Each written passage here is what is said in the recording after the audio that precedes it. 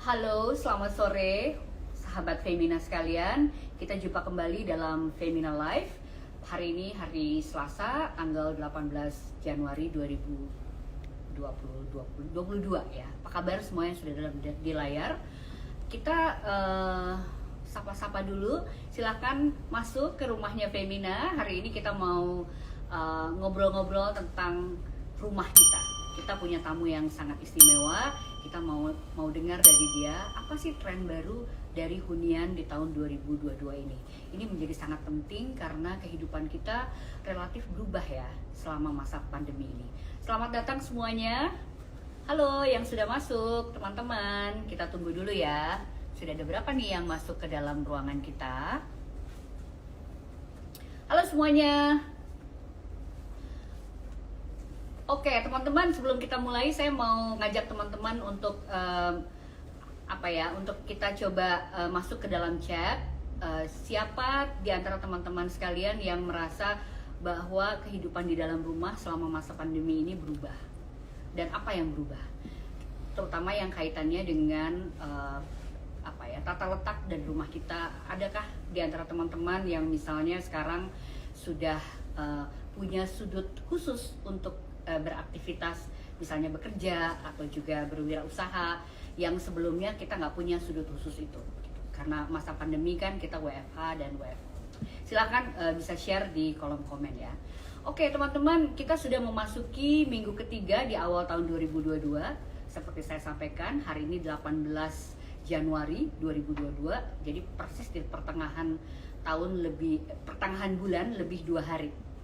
Pola-pola kehidupan baru mulai terlihat. Kehidupan hibrid kita, online dan offline, tampaknya akan menjadi kebiasaan baru yang bertahan lama.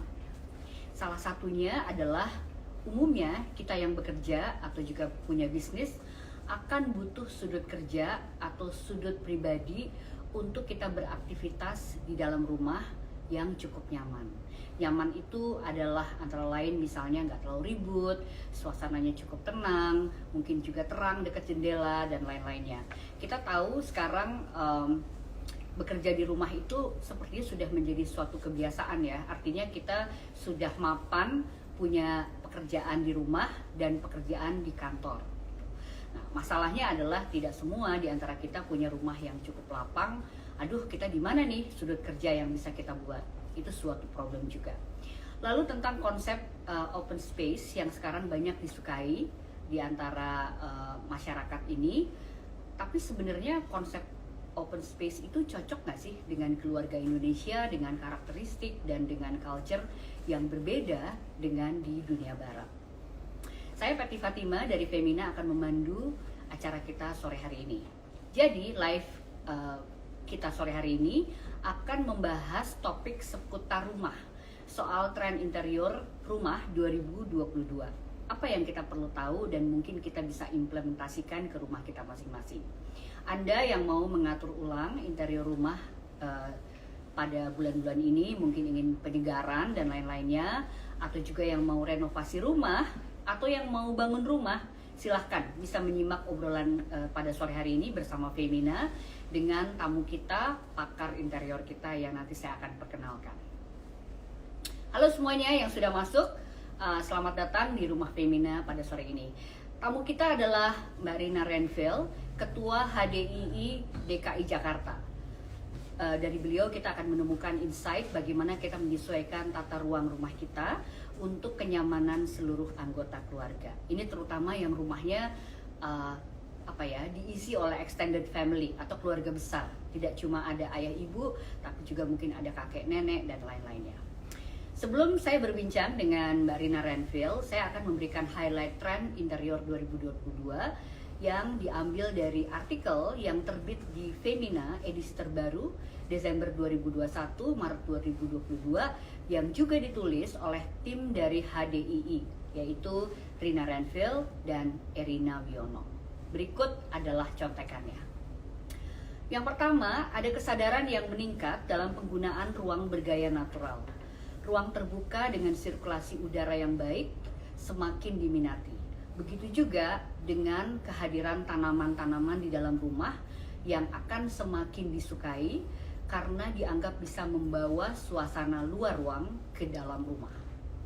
Yang kedua adalah penggunaan palet warna netral atau natural yang juga semakin disukai karena menimbulkan rasa nyaman.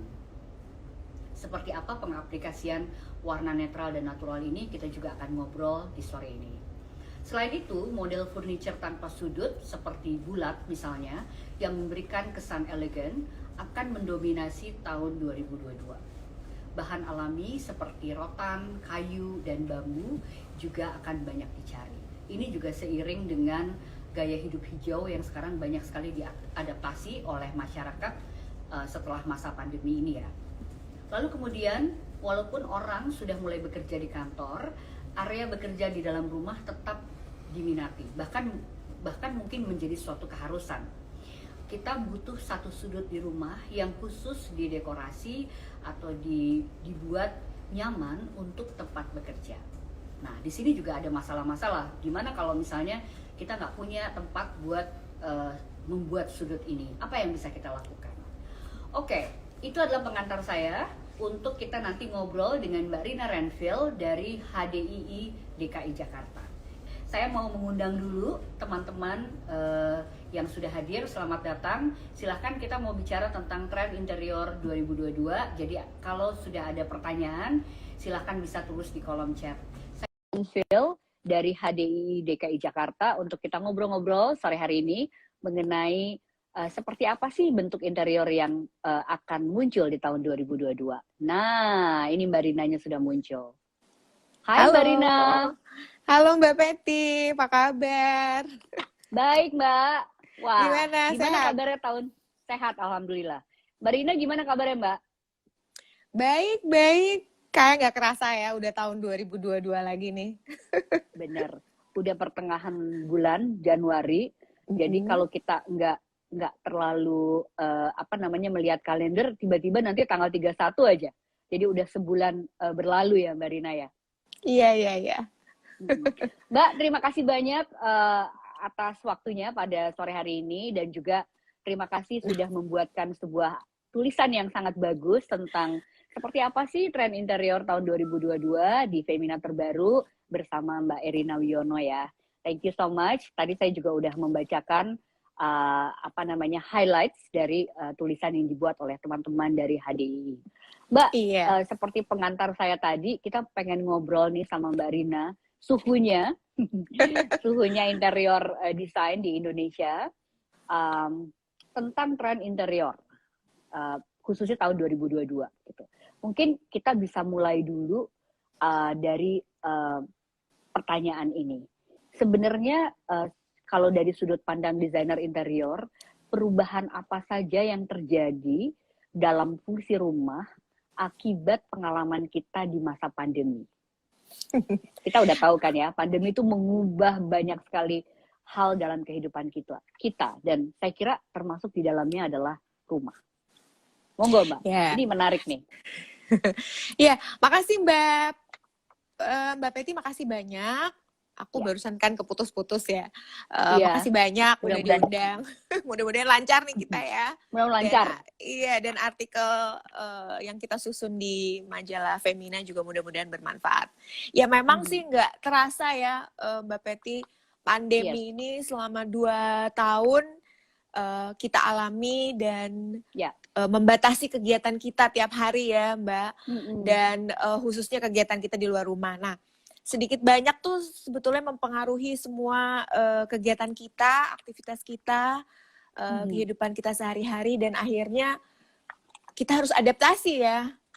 Jadi harus menyesuaikan. Jadi kalau kita bicara interior design, kita harus menyesuaikan juga Mbak, gitu. Jadi khususnya kegiatan aktivitas kita di rumah, trennya adalah memang kembali ke rumah. Selama 2 tahun itu kita kembali ke rumah ya Mbak ya. Betul, gitu. harus kembali ke rumah. Dipaksa. Dipaksa, dan itu sebetulnya banyak positifnya. Nah, aktivitas kita yang di rumah itu pada dasarnya ngerubah mindset gitu. Jadi yang berubah itu nggak hanya aktivitas kita di rumah, tapi ngerubah mindset kita. Nah, di dalam rumah itu kan kita jadi ingin lebih nyaman lagi, kita mencari ketenangan, lalu kesenangan, dan itu semua kita cari di dalam rumah. Nah, jadi tugasnya interior nih sebetulnya relevan sekali karena interior itu kan tidak hanya mengganti furniture, mengganti warna Betul. gitu ya. Tapi kita tugasnya adalah membuat suasana gitu ya. Membuat ruangan itu menjadi lebih baik. Bagaimana caranya kalau desainer interior itu membuat meng-create ruangan itu menjadi lebih tenang, lebih nyaman dan tidak berlebihan. Nah, karena kita balik ke rumah dan kita udah tidak bicara pandemi lagi nih Mbak Peti, kita sekarang bicaranya endemik ya.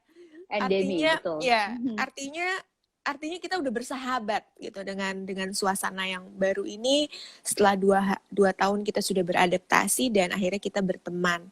Nah, jadi mungkin aktivitas kita akhirnya harus lebih produktif lagi di rumah. Mungkin bisa di luar, bisa di dalam. Tapi kenyamanan yang di rumah itu kita harus terus dapatkan ya untuk memaksimalkan kegiatan kita sehari-hari.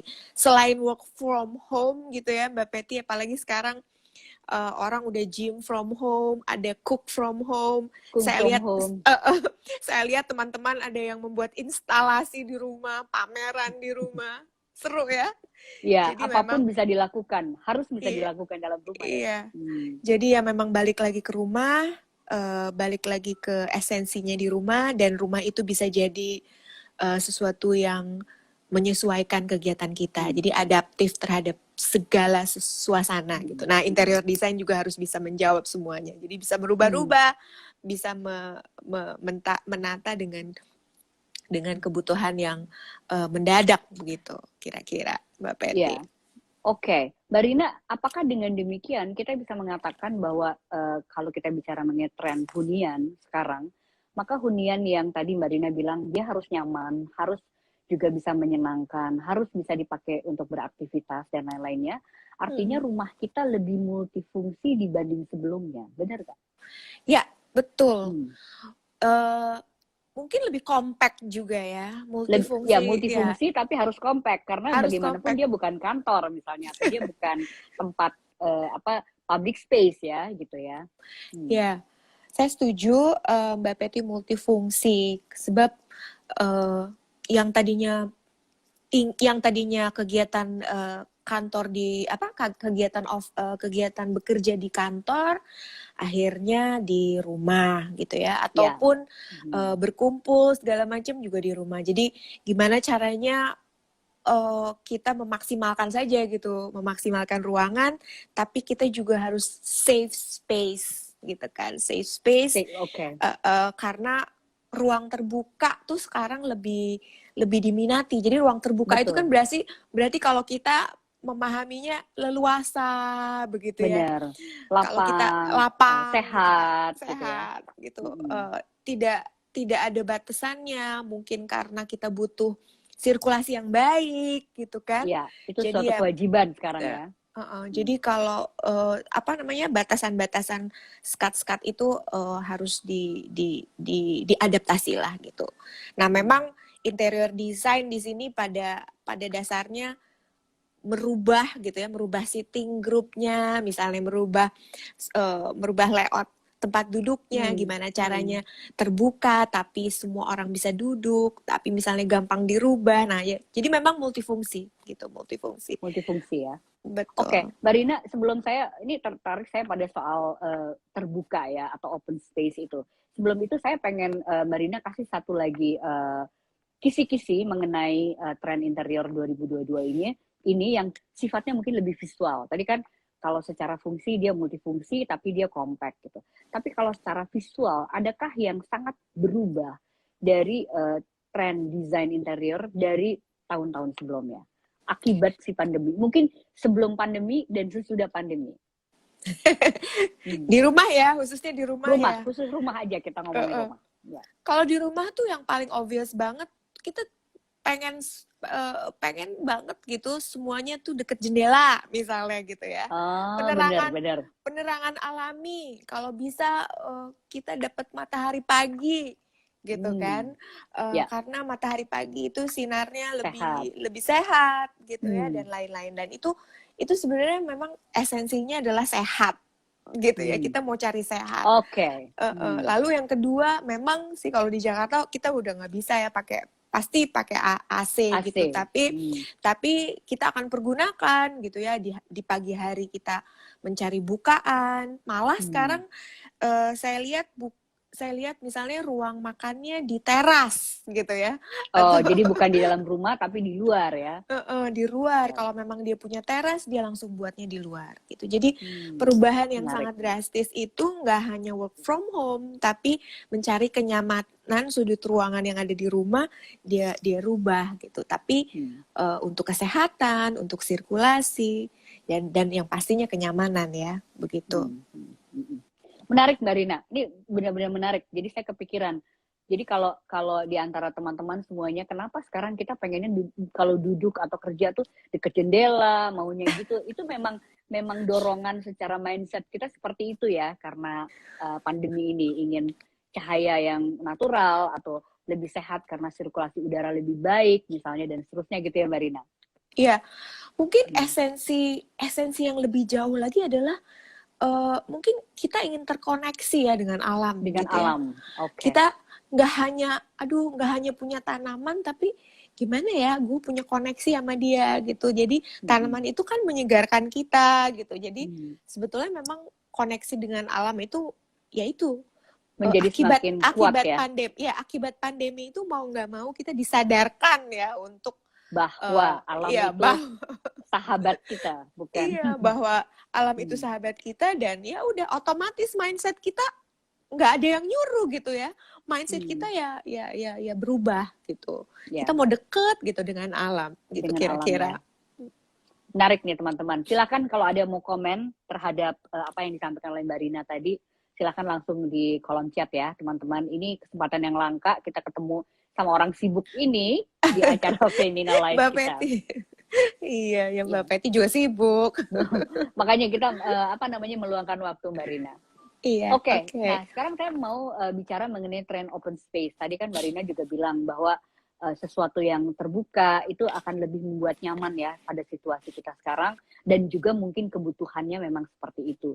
Banyak diminati rumah dengan denah terbuka ini. Tapi ada satu fakta yang tidak bisa kita pungkiri bahwa justru di masa pandemi ini orang semakin merasakan membutuhkan batas khusus atau privasi. Misalnya di antara kegiatan dia bekerja dan kegiatan dia yang lain di dalam rumah. Atau misalnya kalau kita nyebut ruangnya, ruang kerja dengan misalnya ruang makan. Atau bahkan ini kayaknya kalau yang ini nih isi hatinya Mimin kita pada sore hari ini. Ruang untuk menyendiri. Ketika abis sibuk banget bekerja, terus dia kayaknya pengen lari dulu sebentar deh, jangan diganggu. Gitu. Kayak gitu ya. Gitu. Nah, ini sebenarnya gimana sih tentang tren open space ini? Pertanyaannya tuh, apakah tren open space ini sebenarnya cocok nggak sih sama keluarga Indonesia yang mungkin sifatnya komunal ya? Jadi bukan hanya keluarga inti, tapi extended family gitu. Ketika pandemi ini sangat menekan, orang justru kepengen ada batas khusus justru. Gitu. Gimana tuh Mbak? Ya, memang kadang-kadang ruangan itu menjawab ya. Ruangan itu menjawab gitu. Ruangan yang di-create itu sebetulnya menjawab batasan kita dengan orang pada saat kita beraktivitas. Jadi bisa aja kita bedakan dengan waktu gitu ya. Kita bisa bedakan juga dengan sesuatu yang bersifat privacy. Misalnya nih ya, memang kita butuh open space. Kita lihat dulu memang kebutuhannya gitu. Open space itu memang tergantung keluarganya ya, cocok apa enggak sih gitu ya, cocok apa enggak sih. Ternyata banyak yang bekerja gitu. Nah kalau bekerja kan butuh privacy dan butuh quiet room gitu. Tapi ternyata tapi banyak anak-anak atau misalnya banyak orang tua. Nah mungkin kita lihat dulu porsinya. Nah mungkin ada satu titik yang hanya kita kita gunakan untuk ruang keluarga gitu ya. Dan di situ misalnya waktunya sudah dibatasi misalnya gitu ya, hanya untuk nonton atau nggak bisa sambil makan atau bisa sambil mengerjakan hobi, karena kan hobi itu memang harus difasilitasi. Nah, mungkin pada saat pagi atau misalnya working hour gitu, sebetulnya open space pun nggak apa-apa, tapi dia harus ada corner yang bersifat personalized gitu. Jadi lu jangan ganggu ya, jangan lewat sini ya gitu kan. Lu jangan ganggu, atau misalnya bisa di sirkulasinya juga diperhatikan. Memang sirkulasi itu memang tugasnya interior gitu.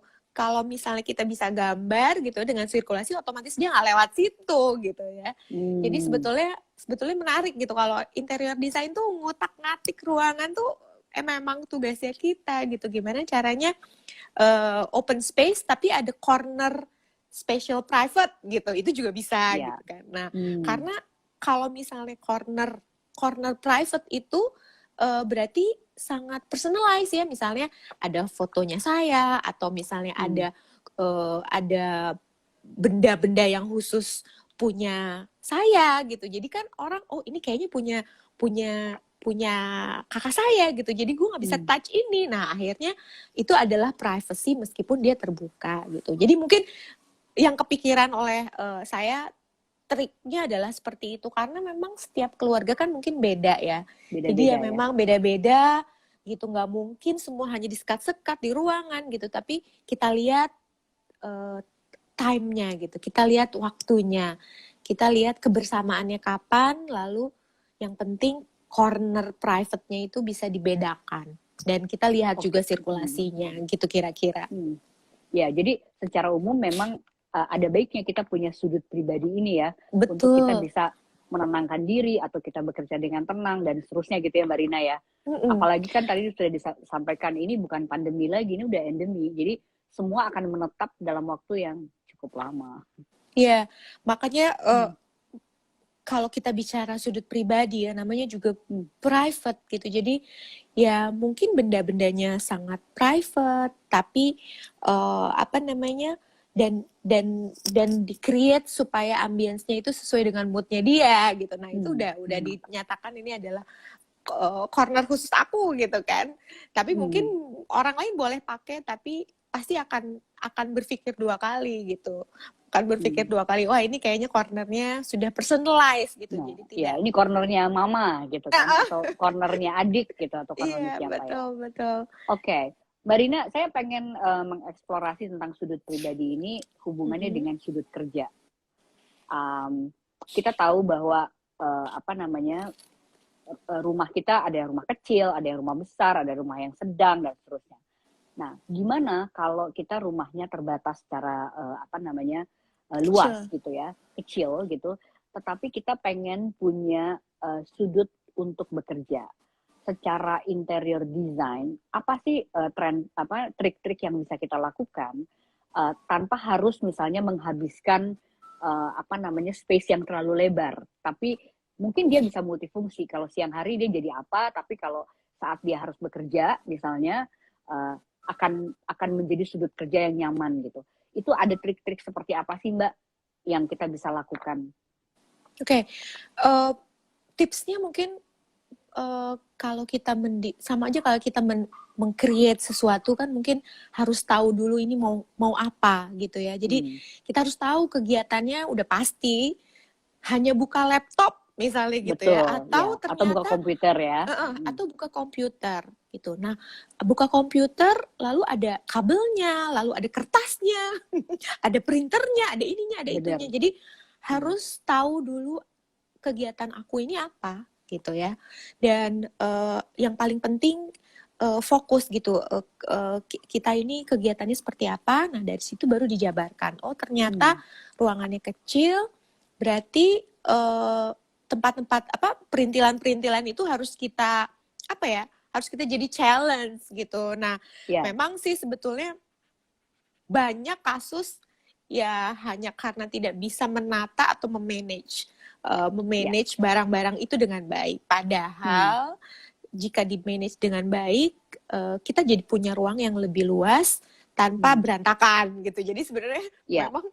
memang apa namanya, masalahnya hanya berantakan. Jadi ya kita data dulu lah ya, itu ada yang printernya, ada kertasnya dan lain-lain. Nah, setelah itu sudah ditata, nah meskipun kecil ya kita harus ada lighting yang baik gitu ya.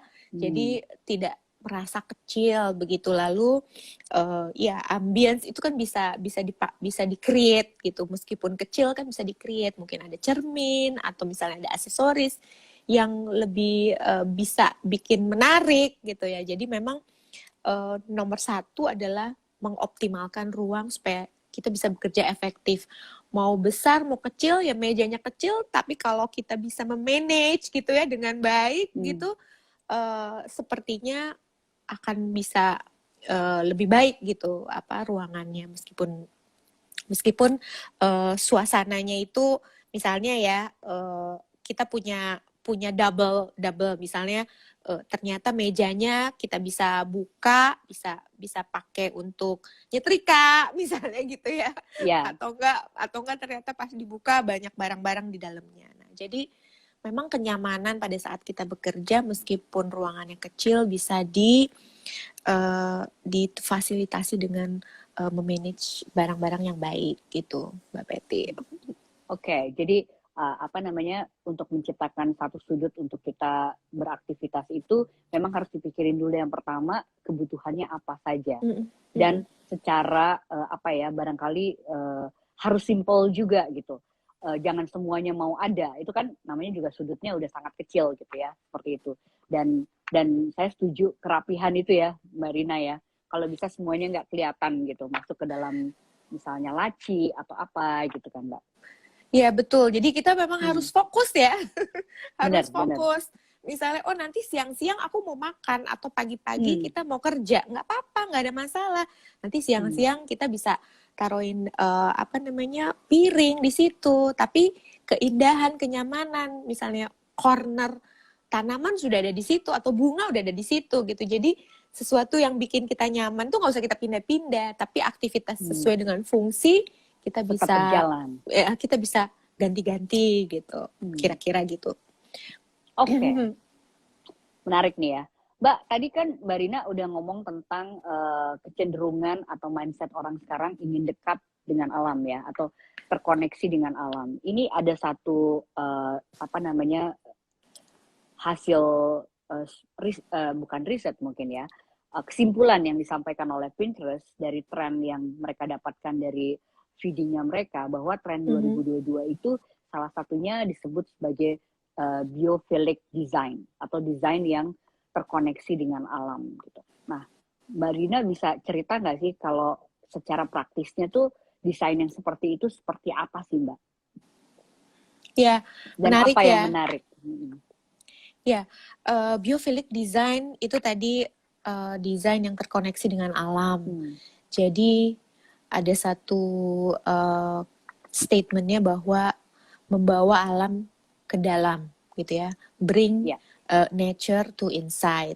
Jadi kalau kita bicara interior, ya kita tambahkan lah, menyatukan sesuatu unsur alam ke dalam ruangan gitu. Tapi yang dimasukkan ke dalam ruangan itu sebetulnya memang tidak hanya tanaman begitu ya, tapi yang penting adalah seperti apa nih penerapannya. Misalnya natural lighting misalnya gitu ya. Material-material yang natural. Nah, itu juga sangat concern gitu. Lalu tanaman sudah pasti ya, tanaman bring to inside itu sudah banyak gitu yang sudah memakainya. Lalu view juga adalah satu unsur yang dipakai dalam konsep biophilic design. Jadi view sudah view melihat alam gitu ya sekarang ya, malah tidak ada batasan gitu. Kacanya dibuka, melihat pemandangan alam, jadi merasakan kita terkoneksi dengan alam. Tapi yang penting sih sebetulnya adalah konsep di balik itu adalah gimana caranya semua unsur-unsur itu ya Mbak Peti, tadi ada material, alam, lalu lighting natural, lalu menyatukan tanaman di dalam di dalam ruangan, tapi yang penting adalah semua yang dikerjakan unsur-unsur itu bisa nggak nge-improve kehidupan lo gitu kan. Jadi natural alam ini, maksudnya the nature ini bisa nggak really improve your life gitu, your well-being gitu. Jadi harus ada positive impact-nya gitu. Jangan hanya lu taruh-taruh aja tanaman gitu. Positive impact-nya apa di daily lives. Nah, jadi kalau segi arsitektural gitu ya, segi urban space gitu, biophilic design itu udah ada hitungannya gitu. Udah ada hitungannya. Nah, kalau memang semakin green gitu ya, semakin green dia punya poin gitu, dia punya prestasi. Nah, itu sebetulnya yang dituju. Ya memang ya, misalnya jadi penggunaan AC-nya jadi berkurang gitu kan.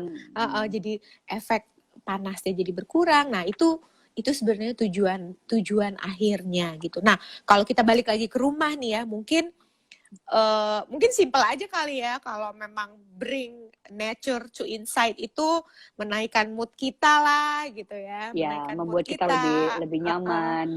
Terus jadi kalau lebih nyaman, optimal kita dalam bekerja, lebih produktif, aktivitas kita lebih sehat karena ada natural light dan lain-lain, itu juga menjadi poin dan sangat sangat penting lah begitu.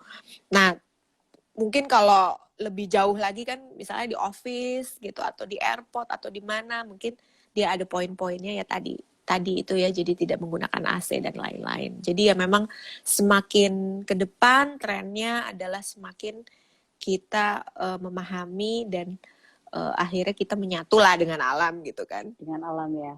Jadi kalau yang punya teras, atau sekarang lagi musim juga rooftop gitu, itu kayaknya akan jadi in ya, kita punya tempat yang hijau di dekat-dekat rumah kita gitu ya Mbak. Iya betul. Oke, Mbak, sekarang kita menuju ke tren warna ya, karena bagaimanapun kalau kita bicara mengenai tren, itu pasti warna salah satu yang dicari gitu. Apa sih tren warna yang akan in di tahun ini? Kalau saya, penglihatan saya banyak banget warna hijau ya, gitu. Apakah ini benar atau saya cuma salah ngeliat atau bagaimana? Dan gimana sih aplikasinya ke hunian itu gitu. Jadi kayak misalnya kalau cat dinding itu nanti akan ngarahnya kemana.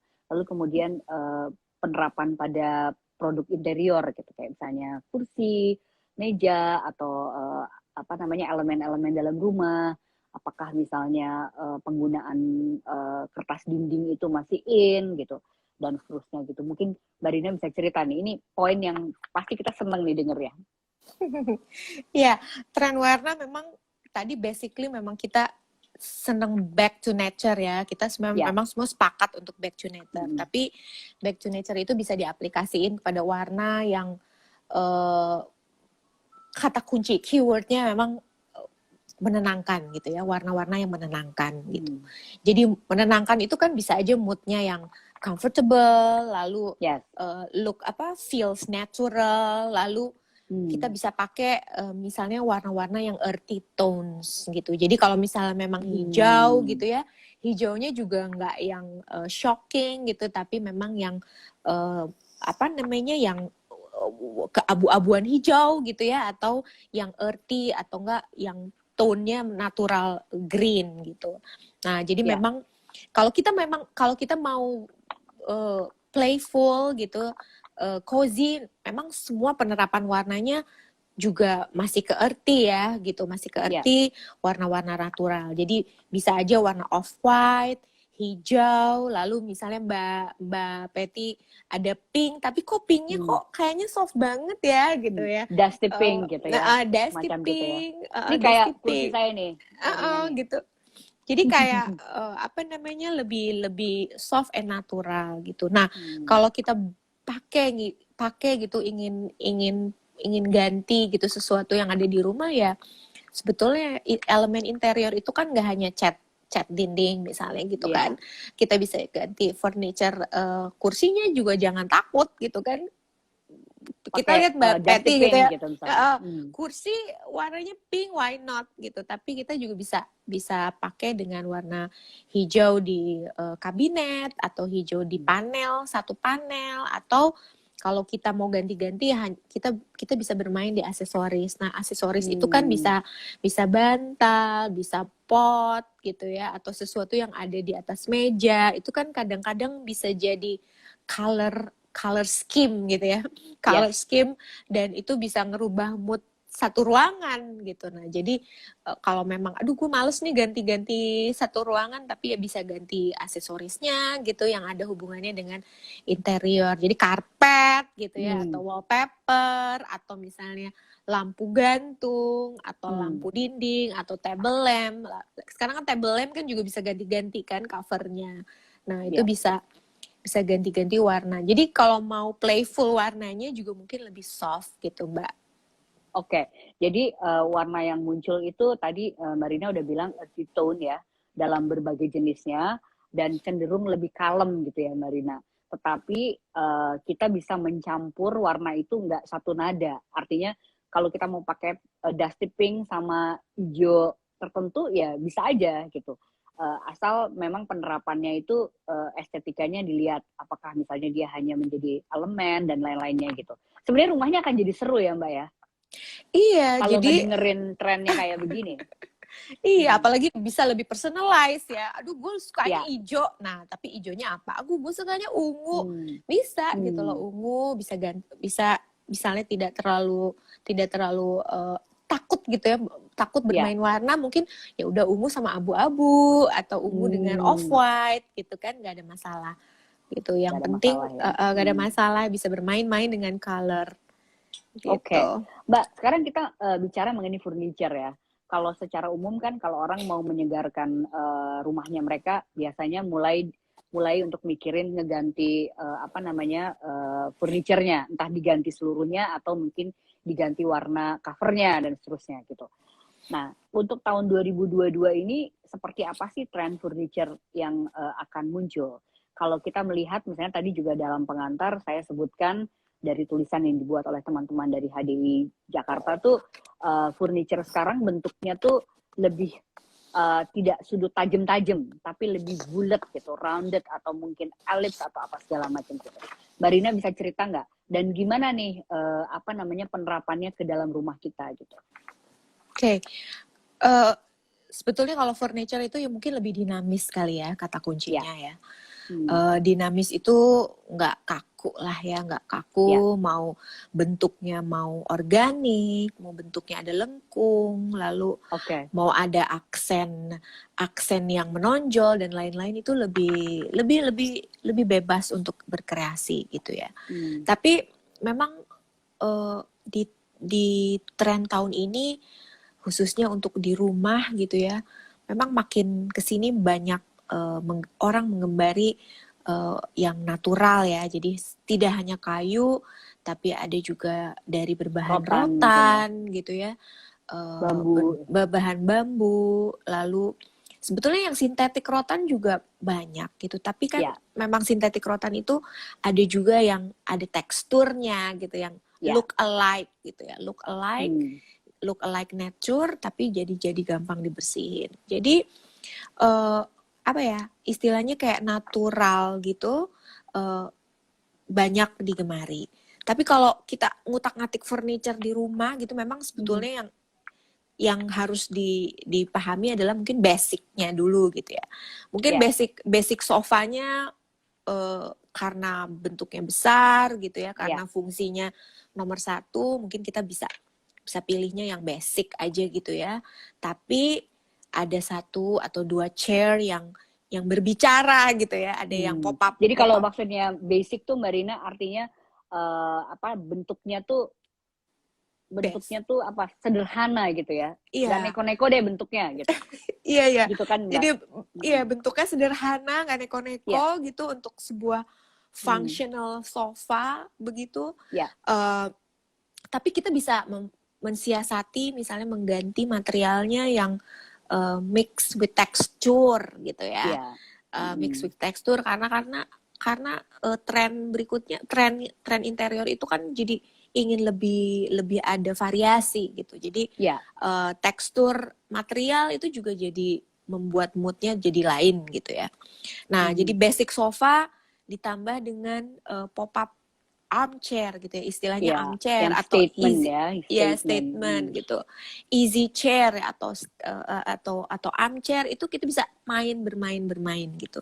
Tapi kalau untuk basicnya kalau bisa nanti pusing ya, nanti pusing Iya, takutnya benar. nggak cocok. Oh ini nggak cocok kayak ini nggak cocok karena dia terlalu bulky atau misalnya jadi moodnya kok jadi nggak sampai karena fungsinya basicnya kan kita mau cari nyaman gitu. Nyaman. Nah, lalu yang kedua adalah kita bisa bermain aksen-aksen warna nggak hanya di armchair, mungkin di karpet gitu ya. Karena kan furniture itu juga bisa berbicara kalau elemen di sekelilingnya juga menunjang gitu. Jadi ya balik lagi tadi Mbak Peti, furniture mungkin lebih dinamis, tapi harus dilihat juga penggunaannya. Kalau untuk one corner yang sangat cozy, yang instagramable, boleh lah ya. Benar, gitu. boleh.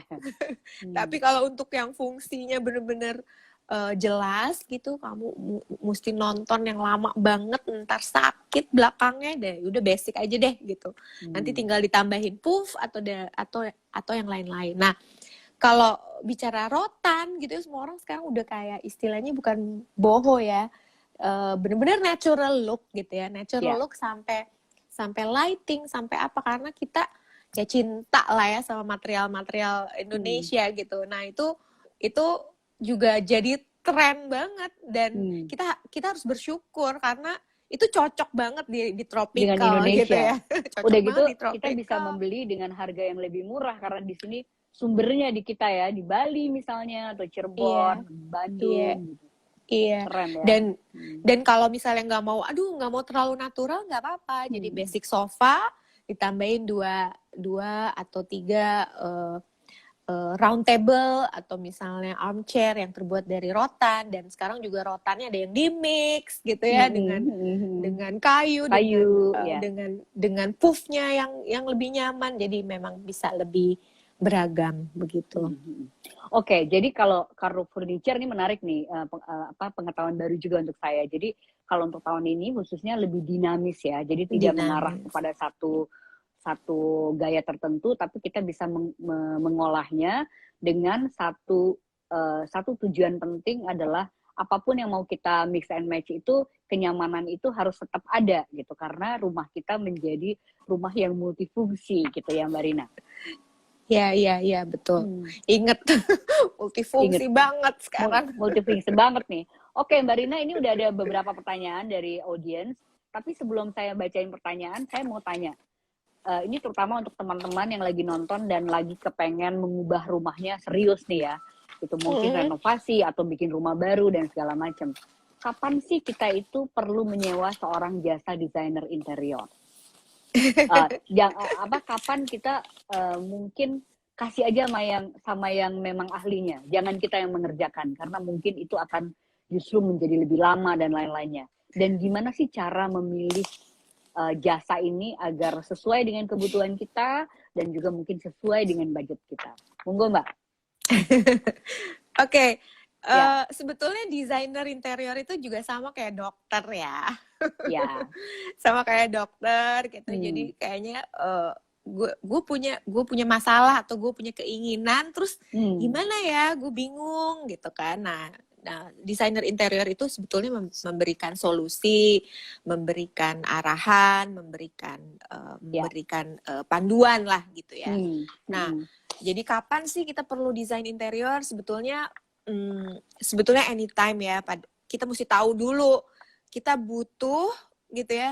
Kita butuh mau apa? Nah itu kita baru kita akan mencari desain interior gitu. Misalnya kita mau punya rumah baru, atau misalnya kita ingin buat suasana baru, atau kita ingin mengextend rumah kita dan lain-lain. Atau mungkin kita, kok rumahku kayak nggak nyaman ya. Nah itu berarti ada masalah. Ada masalah. Masalahnya nggak bisa diselesaikan cuman ngelihat Instagram ya. Iya. Nah gitu, jadi ada masalah ya. Nah kalau memang ada masalah berarti harus ke spesialisnya atau ke expertnya, yaitu desainer interior. Nah sebelum kita milih, sama aja ya, kita harus paham dulu maunya apa, atau kita Benar. pilih-pilih desainernya tuh sebenarnya kita mungkin pakai logika aja ya. Jadi kita harus tahu dulu orangnya.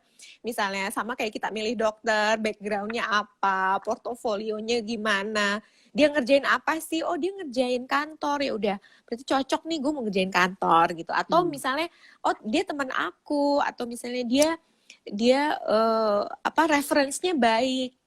Dan ternyata memang mungkin yang terakhir adalah memang cocok-cocokan ya gitu. Tapi kan kita Benar. harus bisa komunikasi dulu, harus bisa realistis dulu dengan seorang desainer, keinginan dan kebutuhannya bisa dipahami atau enggak. Nah dari situ kita bisa bekerja sama lah dengan seorang desainer. Oke, jadi memang kalau kita mau memakai jasa seperti juga bidang yang lain, kita harus punya koneksi dulu ya. Kita terkoneksi dengan si pemberi jasa ini sehingga apa yang kita inginkan bisa kita komunikasikan dan dia mengerti apa yang kita inginkan gitu ya. Apalagi ini kan rumah ya Mbak Rina ya. Iya, tapi kalau kita bicara profesi desain interior gitu ya, sebetulnya siapapun, apapun, kita harus bisa memahami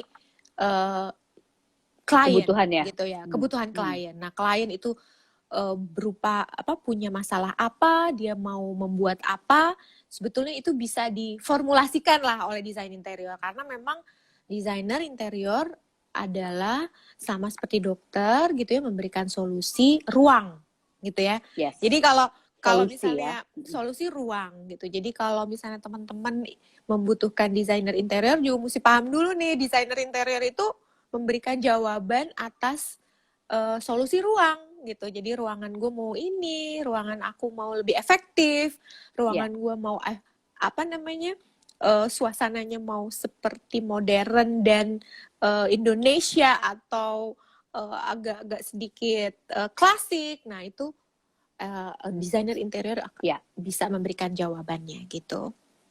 Jadi harus ditetapkan dulu maunya apa dulu gitu ya. Iya, maunya apa dulu. Benar. Mbak Rina, kita langsung ke pertanyaan-pertanyaan ya. Baik. Saya mau memilihkan satu pertanyaan, ini menarik, dari Sisili ARVN. Saya nggak tahu nih bacanya gimana.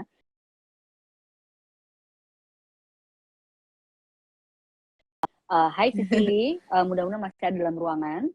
Sisili ini bertanya mengenai wallpaper yang seperti apa yang akan tren di tahun 2022 ini. Ini penggemar wallpaper sepertinya.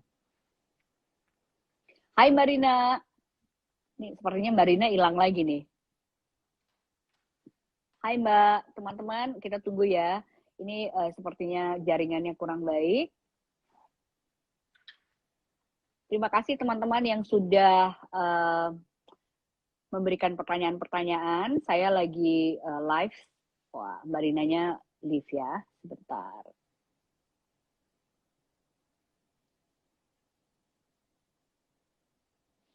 Oke, terima kasih yang sudah mengirimkan pertanyaan-pertanyaan. Nah, ini Mbak Rina muncul lagi. Hai Mbak Rina. Hilang nih tadi. Tadi pertanyaan tentang wallpaper ya? Ya, Mbak Rina. Coba, apa tuh katanya yang tahun 2022 ini seperti apa trennya? Oke, sebenarnya wallpaper itu kalau yang saya tahu di semakin kesini wallpaper itu juga personalized. Oke. Ya, personalized gitu. Kenapa sih wallpaper digemari?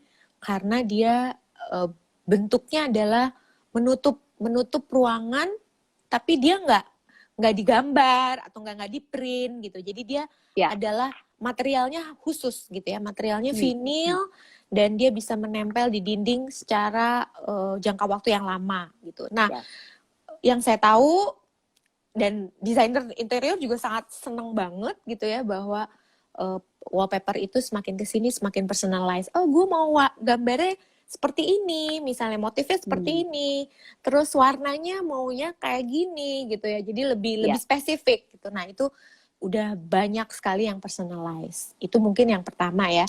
Tapi kalau misalnya general gitu ya, general mungkin kalau wallpaper sebenarnya ya itu tadi ya, warna-warnanya lebih apa ya, lebih banyak pilihannya gitu ya, lebih banyak pilihannya, nggak hanya kalau dulu kan abu gitu ya, atau Iya, nggak krem. Kalau sekarang lebih dinamis gitu ya.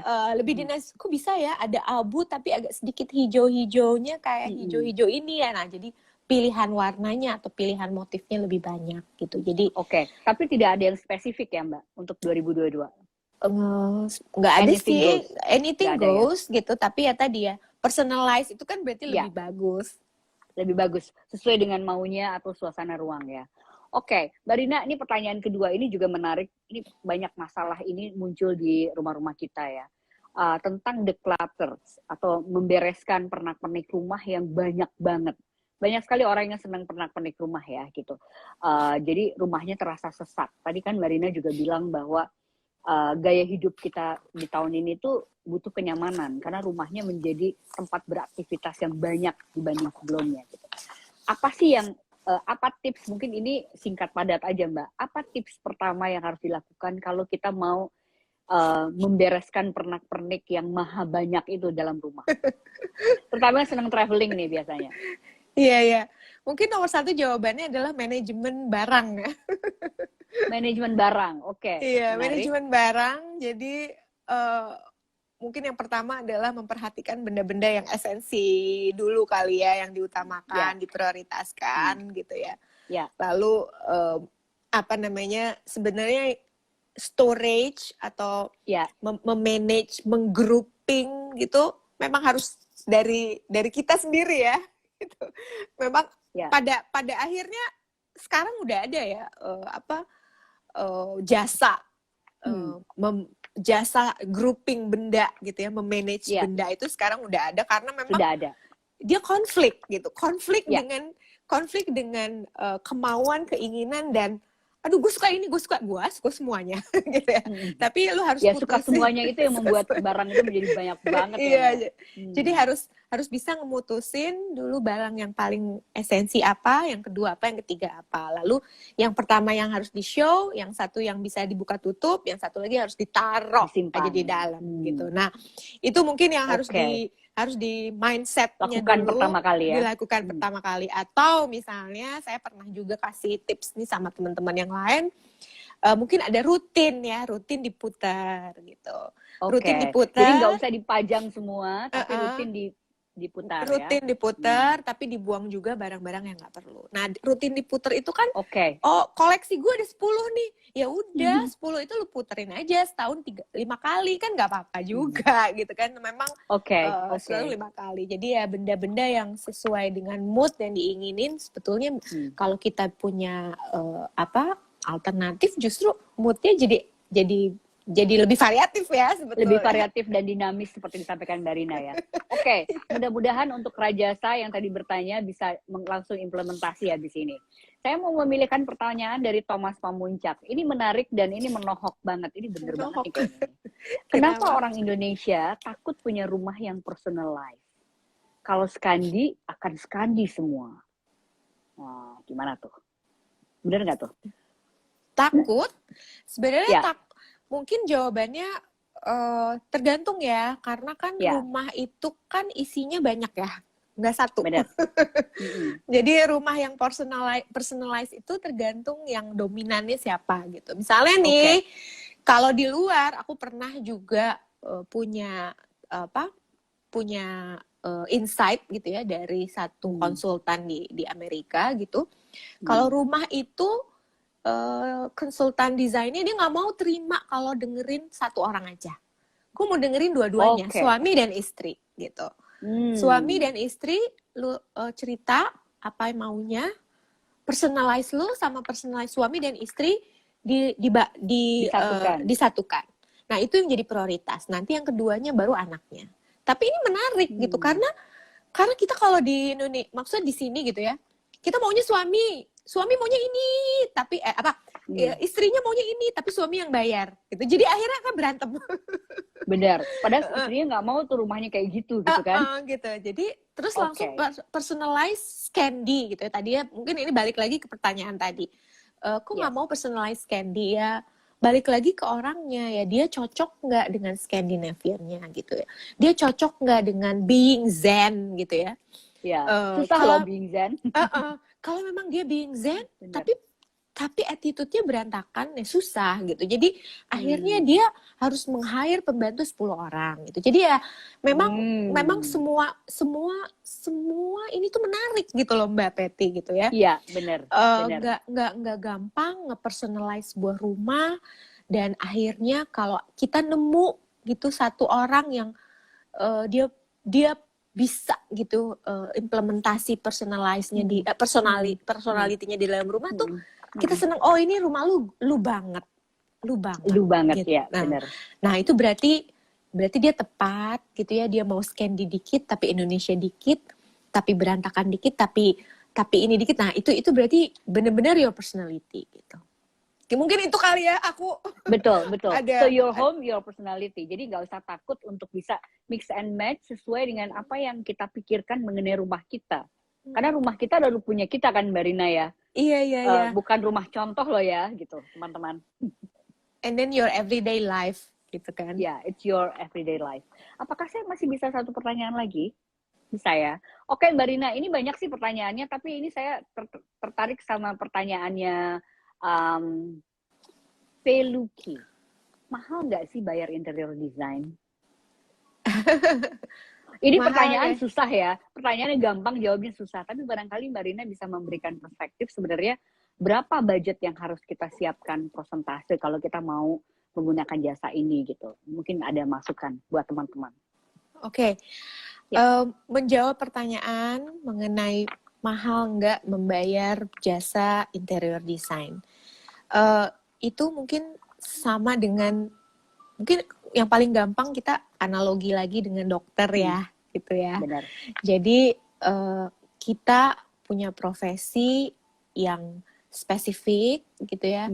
Kita itu bukan mendekor, kita juga bukan mengutak-ngatik saja, tapi kita memberikan analisa gitu ya, memberikan solusi, kita menggambar, kita memberikan visual gitu ya. Kita hasil akhirnya adalah memberikan visual. Nih loh gambar kita yang ruangan kita nanti tuh seperti ini loh.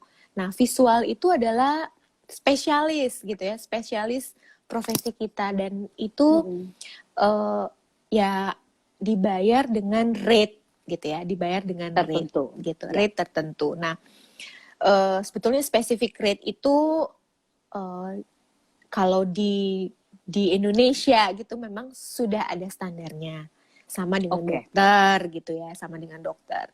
Nah, mahal atau tidaknya itu sebetulnya relatif gitu ya. Relatif artinya yang mau didesain itu apa sih gitu kan. Ruangan atau rumah atau kantor atau airport itu sebetulnya hitungannya sebetulnya logika gitu ya, logika. Jadi kita membangun misalnya membangun dengan amount yang sebesar ini gitu ya. Tapi pekerjaan kita adalah membuat pekerjaan ini menjadi berhasil. Nah, itu ada hitungannya. Nah, hitungannya itu misalnya persentase. Persentase itu rata-rata misalnya 10%, 5%. 10%. Itu 10%, 5% itu make sense gitu ya. Karena kita terbuka gitu ya, terbuka dan membuat semua menjadi profesional. Nah, kalau misalnya mendapatkan mahal banget ya. Nah, itu mahalnya kenapa? Mungkin karena pasti ada alasan tertentu ya. Pada alasan tertentu, misalnya mungkin udah jam terbangnya sudah bagus, tinggi atau banget, experience-nya tinggi dan lain-lain. Atau saya mau yang muda, tapi yang muda belum tentu juga dia murah gitu, tapi dia punya standar gitu. Jadi ya kalau dijawab mahal atau tidak ya itu relatif ya Mbak Peti. Namanya juga jasa begitu. Ya, tapi ada rate tertentu yang kita bisa cari tahu ya Mbak Rina ya teman-teman. Betul. Jadi seperti juga profesi jasa yang lain, interior design ini sudah ada rate-nya di Indonesia dan hitungannya sebenarnya jelas.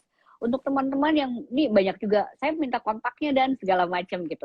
Silakan Mbak Rina ini main Instagram juga, dicari aja akun Instagramnya, teman-teman bisa DM ya Mbak Rina ya, nggak keberatan kan?